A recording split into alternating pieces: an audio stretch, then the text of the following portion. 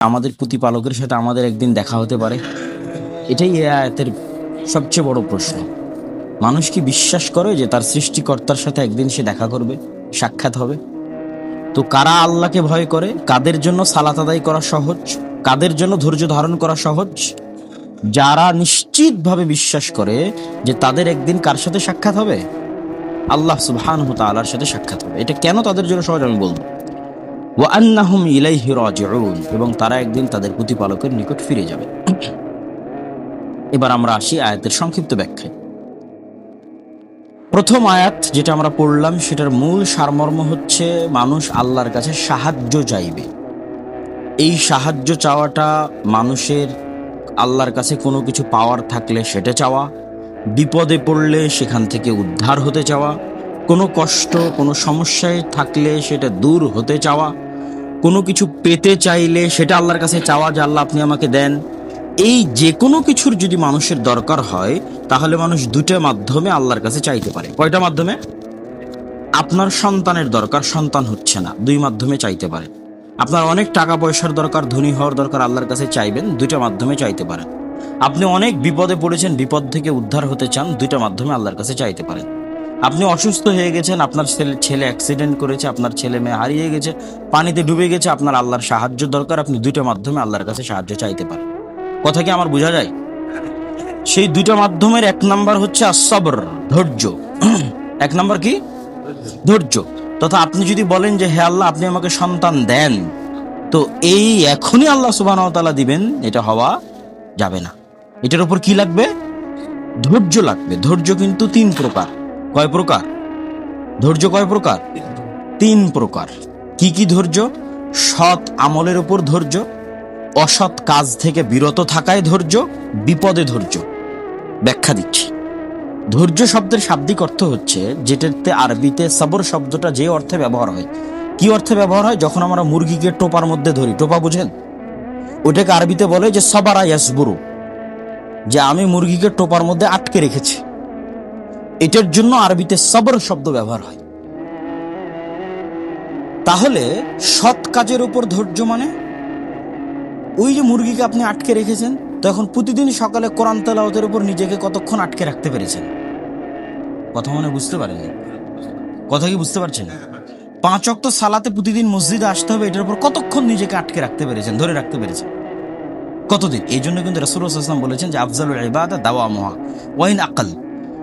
সবচেয়ে উত্তম ইবাদত ওইটা যেটা অল্প হলেও নিয়মিত হয়। অল্প হলেও কি হয়? নিয়মিত হয়। আল্লাহ কিন্তু পবিত্র কোরআনে কোথাও আমাদের কাছে বেশি ইবাদত চাইনি। আল্লাযীনা আমানু ওয়া আমিলুস সালিহাত, আল্লাযীনা আমানু ওয়া আমিলুস সালিহাত, এগুলো কোথাও বলা নাই আল্লাযীনা আমানু ওয়া আমিলু আমালান কাসীরা। সব জায়গায় বলা আছে ঈমান আনয়ন করলো, সৎ আমল করলো। তো সৎ আমলের একটা পার্ট হচ্ছে আল্লাহর ইখলাস, আল্লাহর নবীর সুন্নাতের অনুসরণ। ঠিক আরো একটা পার্ট হচ্ছে নিয়মিত করতে থাকা। কি করতে থাকা? নিয়মিত। হুট করে একদিন 1000 রাকাতের চাইতে প্রতিদিন 2 রাকাত বেশি উত্তম। প্রতিদিন 2 রাকাত বেশি উত্তম। একদিনে একদম পবিত্র কোরআন পড়ে শেষ করে দিলাম, 3 দিনে কোরআন পড়ে শেষ করে দিলাম, এর চাইতে প্রতিদিন 5টা আয়াত, প্রতিদিন সূরা ইখলাস, প্রতিদিন আয়াতুল কুরসি উত্তম। তাহলে সবরের 3টা প্রকার বললাম। 1, সৎ কাজের উপর ধৈর্য, কতক্ষণ নিজেকে ধরে রাখতে পারছি। 2, অসৎ কাজ থেকে বিরত রাখার উপর ধৈর্য, যে না আমি খারাপ ছবি, খারাপ ভিডিও, গান শুনবো না, কতক্ষণ না শুনে থাকতে পারছি, কন্টিনিউ করতে পারছি। আমি অবৈধ সম্পর্কে লিপ্ত হব না, কতক্ষণ লিপ্ত না হয়ে টিকে থাকতে পারছি। আর আরেকটা হচ্ছে বিপদে পড়ে ধৈর্য ধারণ। আমি বিপদে পড়েছি, হায় হতাশ না করে আল্লাহর উপর ভরসা করে ধৈর্য ধারণ করা। ঠিক আছে? তাহলে মানুষের যদি আল্লাহর কাছে কোনো কিছু চাওয়ার দরকার হয়, তাহলে হুট করে আল্লাহ সুবহানাহু ওয়া তাআলা দিয়ে দিবে চাওয়া মাত্রই? একজন নবীর ঘটনা আমরা সবাই জানি, সেটা হচ্ছে ইয়াকুব আলাইহিস সালাতু ওয়াস সালাম। কোন নবী? ইয়াকুব আলাইহিস সালাতু ওয়াস সালাম। তার ছেলে ইউসুফ আলাইহিস সালাতু ওয়াস সালাম যখন হারিয়ে গেল, তখন ইউসুফ আলাইহিস সালাতু ওয়াস সালামকে তার কাছে ফিরিয়ে দেওয়ার জন্য তিনি দোয়া করতে থেকেছেন আল্লাহর কাছে। আর তিনি তার সন্তানকে ফিরে পেয়েছেন অন্তত 25-30 বছর পরে। তাহলে নবী দোয়া করছে আর এক নবীর জন্য, সন্তানও নবী। আবার সন্তানও তো চাইবে তার বাপ মায়ের কাছে ফিরে যেতে, তাই না? সেও নবী। আবার তারা সবাই নবীদের সন্তান। ইব্রাহিমের সন্তান ইসহাক, ইসহাকের সন্তান ইয়াকুব। তো তারা আল্লাহর কাছে দোয়া করছেন, তো আল্লাহ সাথে সাথেই দিয়ে দিলেন? আল্লাহ সাথে সাথেই দেননি। তাহলে আল্লাহর কাছে চাইলে, চেয়ে কিছু পেতে হলে তার উপর ধৈর্য লাগবে না? লাগবে না? ধৈর্য লাগবে। ঠিক তেমন কোনো বিপদে পড়েছেন, বিপদ থেকে উদ্ধার আল্লাহর কাছে হতে চাচ্ছেন, তখনও কি লাগবে? ধৈর্য লাগবে। এবার 2 নাম্বার কি দিয়ে আপনি আল্লাহর কাছে চাইবেন? ওয়াসসালাহ। 2 নাম্বার কি? সালাত। 2 নাম্বার কি? আল্লাহর কাছে কিছু চাওয়ার সবচেয়ে বড় মাধ্যম হচ্ছে সালাত। সবচেয়ে বড় মাধ্যম কি? সালাত। এটা কিন্তু আমাদের সমাজের মানুষ বুঝে না দেখেই একসাথে হাত তুলে দোয়া করতে চায়। কি বুঝলেন আমার এই বাক্য? আল্লাহর কাছে আল্লাহ চাইতে বলছে কিসের মাধ্যমে? একটু কথা বলেন, কিসের মাধ্যমে? সালাতের মাধ্যমে। যে একজন ব্যক্তি মারা গেছে, ওর জন্য তোমরা দোয়া করো, তো জানাজার সালাত পড়ে সালাতের মাধ্যমে দোয়া করো। কেন আল্লাহ তো বলছে সালাতের মাধ্যমে দোয়া করতে হবে, সালাত দিয়ে দোয়া করো।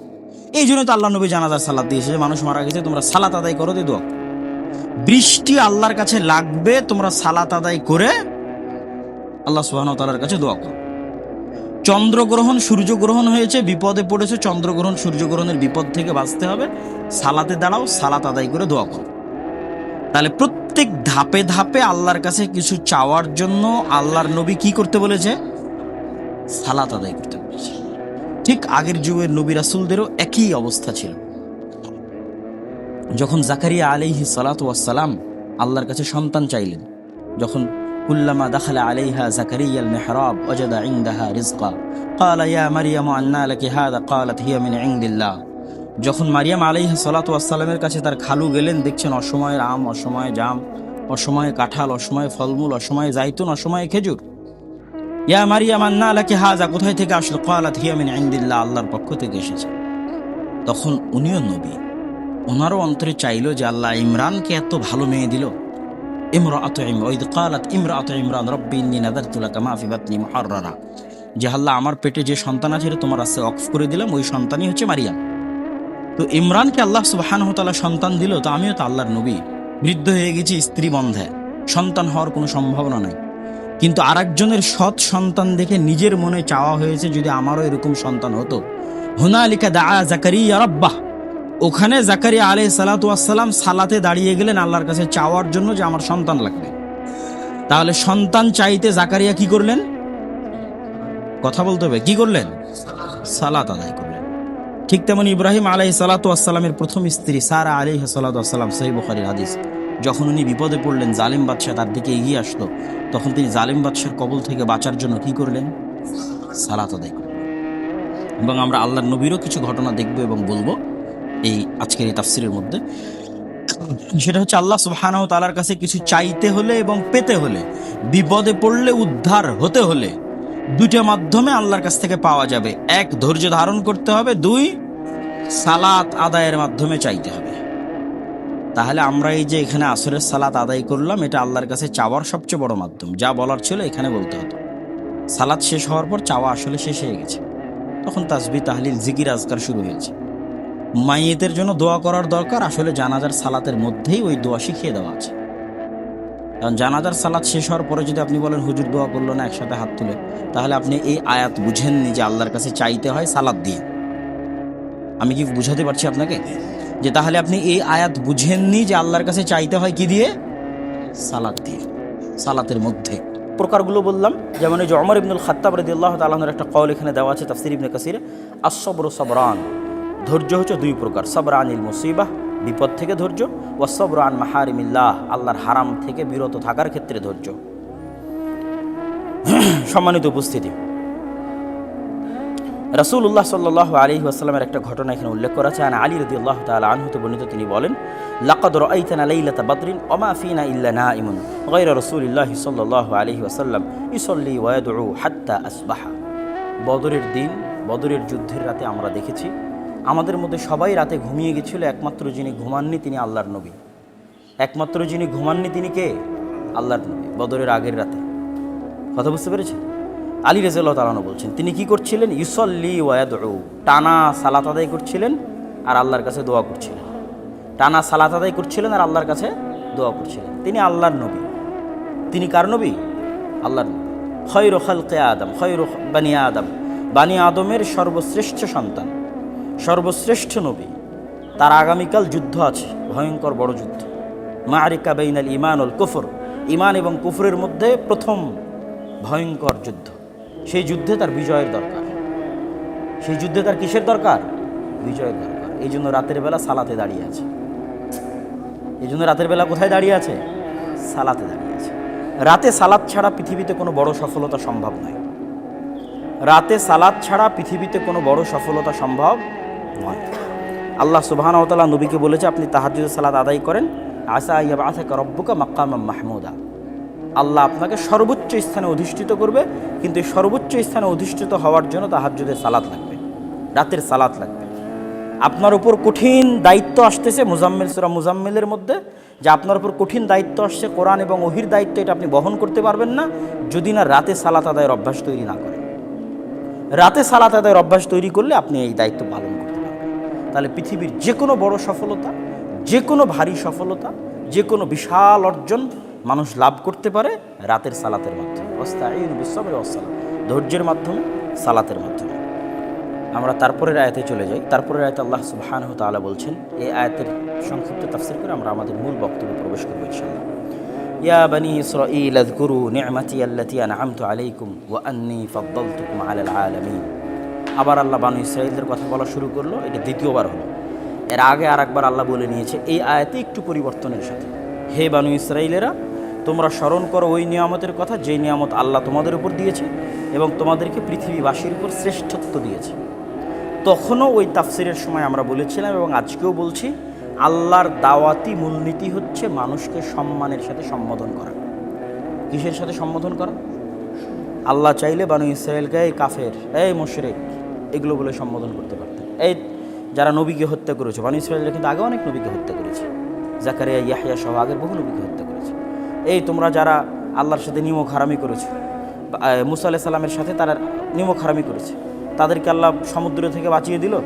তখন বলছে যে যাও ফিলিস্তিনে যুদ্ধ করো, বলছে ইযহাব আনতা ওয়া রাব্বুকা, আপনি যান আর আপনার আল্লাহ যান, গিয়ে যুদ্ধ করেন, আমরা পারবো না। এরকম অসংখ্য নিমক হারামি আছে যেগুলো আল্লাহ বলবে। তো আল্লাহ ওগুলো দিয়েও তাদেরকে সম্বোধন করতে পারতেন, তথা তাদের খারাপ গুণাবলী দিয়ে তাদেরকে সম্বোধন করতে পারতেন ছোট করে। কিন্তু আল্লাহ মান, তোমরা ভয় করো ওই দিনকে, লা তাজজি নাফসুন আন নাফসিন, যেই দিন কোনো ব্যক্তি কোনো ব্যক্তির কাজে আসবে না। তোমরা ভয় করো ওই দিনকে যেই দিন কোনো ব্যক্তি কোনো ব্যক্তির কাজে আসবে না। ওয়ালা ইউকবালু মিনহা শাফাআহ, যেই দিন কারো সুপারিশ কাজে আসবে না। ওয়ালা ইউখাযু মিনহা আদল, যেই দিন কোনো বদল চলবে না। কি চলবে না? কোনো কারেন্সি থাকবে না, কোনো মুদ্রা থাকবে না, যেটা দিয়ে আপনি আপনার কোনো কিছুর কাফারা, কোনো কিছুর বদল, কোনো কিছুর পরিশোধ করবেন, এটা থাকবে না। টাকাও থাকবে না, রিয়ালও থাকবে না, ডলারও থাকবে না, কোনো বদল থাকবে না। সেই দিন যা চেঞ্জ হবে, এক্সচেঞ্জ হবে গুনাহার নেকি। যা অদল বদল হবে তা কি? গুনাহার নেকি। ওয়ালা ইউখাযু মিনহা আদল, সেই দিন কোনো টাকা পয়সা, ধন দৌলত, এগুলো কারেন্সি, মুদ্রা হিসেবে গ্রহণযোগ্য হবে না, ইনভ্যালিড হয়ে যাবে, মানে ভ্যালিডিটি শেষ হয়ে যাবে। এই টাকার পাওয়ার দুনিয়া পর্যন্তই শেষ। এই টাকা কিয়ামতের দিন ইনভ্যালিড। সেই দিন সবচেয়ে পাওয়ারফুল কি হবে? আপনার নেকি আর আপনার গুনাহ। যা এক্সচেঞ্জ হবে মানুষের মধ্যে কিয়ামতের মাঠে বিচার করতে গিয়ে, ফায়সালা করতে গিয়ে জরিমানা লাগাবে আল্লাহ। তখন জরিমানা আদায় হবে কি দিয়ে? গুনাহ অথবা নেকি দিয়ে। আর এই আদালতে জরিমানা লাগলে টাকা পয়সা দিয়ে আদায় করা সম্ভব এবং আল্লাহও মেনে নিবে। আপনি যদি দুনিয়াতে থাকতেই টাকা পয়সা দিয়ে আদায় করেন, কে মেনে নিবে? আল্লাহ মেনে নিবে। কিন্তু কিয়ামতের মাঠে শুধু চলবে নেকি আর গুনাহ। ওয়ালা হুম ইউনসারুন, এবং সেই দিন কোনো সাহায্যকারীও থাকবে না। তাহলে এই আয়াতের মধ্যে আল্লাহ কয়টা কথা বললো? লা তাজজি নাফসুন আন নাফসিন শাইআ, কোনো মানুষ কোনো মানুষের কোনো উপকার করতে পারবে না। বাক্যটা দেখেন, লা তাজজি, উপকার করতে পারবে না, নাফসুন নাকেরা, উস্তাজি বলতে পারবে যে নাফির পরে যদি নাকেরা আসে তাহলে অমুম, মানে কোনো মানুষই। নাফসুন মানে কোনো আত্মাই, কেউই না। কিসের পীর বাবা, কিসের প্রধানমন্ত্রী, কিসের ওলিয়া উলিয়া, লা তাজজি নাফসুন, কেউই না। আন নাফসিন, অন্য কারোই উপকার করতে পারবে না। যে না অমুক অমুকের উপকার করা যাবে না, নবীদের উপকার হতে পারে, কেউ কারো, এক নবী আর এক নবীর উপকার করতে পারে না, কেউ কারো, মানে এটা ব্যাপক, এর মধ্যে এর বাইরে কেউ নাই, এই আয়াতের বাইরে কেউ নাই। যে উপকার করবে এর মধ্যেও কেউ আয়াতের বাইরে নাই, যে উপকার নিবে সেও এই আয়াতের বাইরে নাই। তথা কোনো নবীও কোনো নবীর উপকার করতে পারবে না, কোনো শক্তিশালী পাওয়ারফুল প্রধানমন্ত্রীও আরেকজন শক্তিশালী পাওয়ারফুল প্রধানমন্ত্রীর উপকার করতে পারবে না, কোনো শক্তিশালী মালদার আরেক শক্তিশালী মালদারের উপকার করতে পারবে না। নাফসুন আন নাফসিন, কেউ কারো উপকার করতে পারবে না। তারপরে দেখেন সেই আন, কোনো উপকার বলে না, সামান্য হয়তো একটা ছোটখাটো উপকার করার যেতে পারে কিয়ামতের মাঠে। মানুষ মনে করতে পারে যে না, বড় উপকার না করতে পারুক, জাহান্নাম থেকে বাঁচিয়ে না দিতে পারুক, হয়তো কিয়ামতের মাঠে সামান্য তো ঠেলা গোজা দিতে পারে। উপকার হয়তো দেখা যায় আল্লাহর আরশের নিচে ছায়ার ব্যবস্থা করে দিল, বা হয়তো এই আযাব থেকে বাঁচার ব্যবস্থা করে দিল, কোনো হয়তো উপকার। সেই আন, কোনো উপকারই করতে পারবে না। তাহলে এই আয়াতের মধ্যে কত রকমের তাকিদ আছে? 3টে তাকিদ আছে। সেটা হচ্ছে কেউই উপকার করতে পারবে না, কারো উপকার করতে পারবে না, কোনো ধরনের উপকার করতে পারবে না। লা তাজজি নাফসুন আন নাফসিন শাইআ, কোনো ধরনের। যেমন আমরা আজকে এখানে আসছি, এখানে সবার কোনো না কোনো ধরনের হেল্প আছে না? নাই? একটা ছেলে মোটরসাইকেল চালাচ্ছে, তার একটা হেল্প আছে। একজন ক্যামেরা ধরেছে, তার একটা হেল্প আছে। এই মসজিদে আপনারা বসে আছেন, আপনাদের একটা সহযোগিতা আছে। তো কারো বড় উপকার, কারো ছোট উপকার। তো বলে কোনো ধরনের উপকার, যে ফ্যানগুলো সুইচ অন করে দিল ও হেল্প করলো না, সেই আন, কোনো উপকারই করতে পারবে না, ছোট বড় কোনো উপকারই না, কেউই না, কারো না। লা তাজজি নাফসুন আন নাফসিন শাইআ। এই আয়াতের মধ্যে 3টে তাকিদ গেল। তারপরে কি বলছে? ওয়ালা ইকবালু মিনা শাফাআ, দুনিয়াতে সুপারিশ চলে। দুনিয়াতে একজন আরেকজনের পক্ষে কি করে? সুপারিশ করে। কিয়ামতের মাঠে কোনো সুপারিশ চলবে না। হ্যাঁ, আল্লাহ সুবহানাহু ওয়া তাআলা যদি কাউকে অনুমতি দেয় সেটা আলাদা, কিন্তু আমভাবে ব্যাপকভাবে যে আমি খুব পাওয়ারফুল, আমি খুব শক্তিশালী, আমি দেখে নেব না, আমি পীর বাবা, আমি নবী, চলো কিয়ামতের মাঠে নৌকায় করে পার করে দিব। আছে না অনেক পীর বাবা, নৌকায় করে জাহাজে করে পার করে দিবে? কেউ কেউ মান যাল্লাযী ইয়াশফাউ ইনদাহু ইল্লা বিইজনি, আছে কি কোনো শক্তিশালী পাওয়ারফুল ওলি আউলিয়া নবী, রাষ্ট্র ক্ষমতা, ধন দৌলত, টাকাওয়ালা, মালদার? মান যাল্লাযী, কে আছে এমন পৃথিবীতে? মান যাল্লাযী ইয়াশফাউ ইনদাহু ইল্লা বিইজনি, যে আল্লাহর সামনে, আল্লাহর দরবারে কথা বলতে পারবে, কথা বলার সাহস করতে পারবে আল্লাহর অনুমতি ছাড়া কিয়ামতের মাঠে? কে আছে?